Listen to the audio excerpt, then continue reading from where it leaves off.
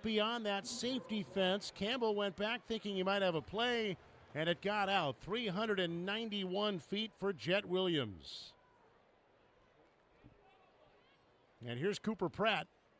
And Pratt takes outside ball one. Well, we just caught up with Jet Williams a few days ago on a pregame show when he had tripled leading off the bottom of the first inning the night before. And he commented after that triple.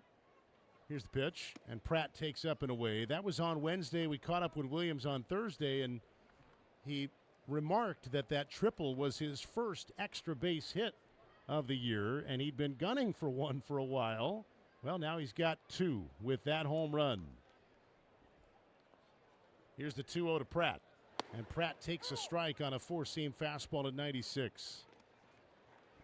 That one had the look for Williams off the bat, no doubt. We've seen a lot of guys crush some balls this week that don't even get to the warning track, and that one got out.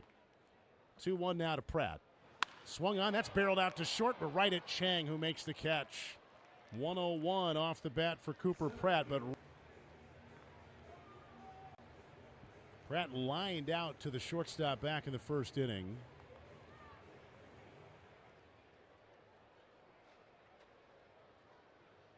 Here it comes, and he takes low and in for a ball. Sena threw 45 pitches in his 2 innings.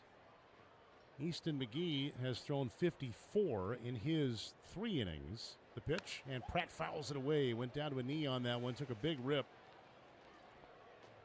So it certainly looks like McGee is done. Caleb Bowman continues to warm. Both teams with a bullpen game. Here's the pitch, and that one's hammered foul back out of play, and we presume for different reasons. We know the Sounds ended up with a bullpen game because Carlos Rodriguez got called up to the Brewers today to be a fresh arm in their bullpen after being scheduled to start down here. And Worcester had Peyton Tolley scheduled, and it sounds like they're going to go with him tomorrow. The 1-2, and that's bounced on the ground by Pratt up the middle near second. Siegler knocks it down, has no play.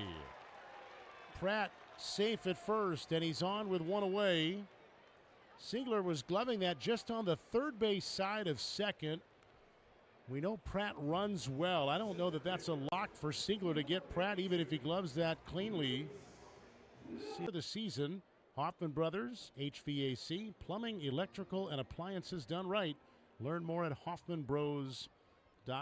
Jet Williams, a guy who's hot right now with a homer and that laser single. The pitch to Pratt curls inside. It's 1 ball, no strikes. Brock Wilkins had a good week. Luis Lara continues to just be so steady and impressive since the jump this year. Sounds have a lot of guys who could be in that who's hot category. Here's the pitch, and Pratt takes a fastball out of the zone for ball 2. That one was up and in. Williams gets his lead. Now the next one, and Pratt takes high. It's 3-0. Song was cruising along until that single by Williams. Now he falls behind 3-0 on Cooper Pratt. Here's the next pitch, and that's up high, ball 4.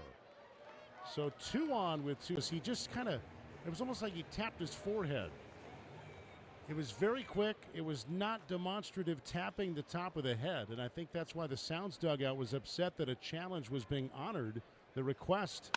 Here's the pitch to Cooper Pratt, hit out to center, playable for Nate Eaton, and he makes the catch. I think the Sounds were upset that challenge request by Theis was not very demonstrative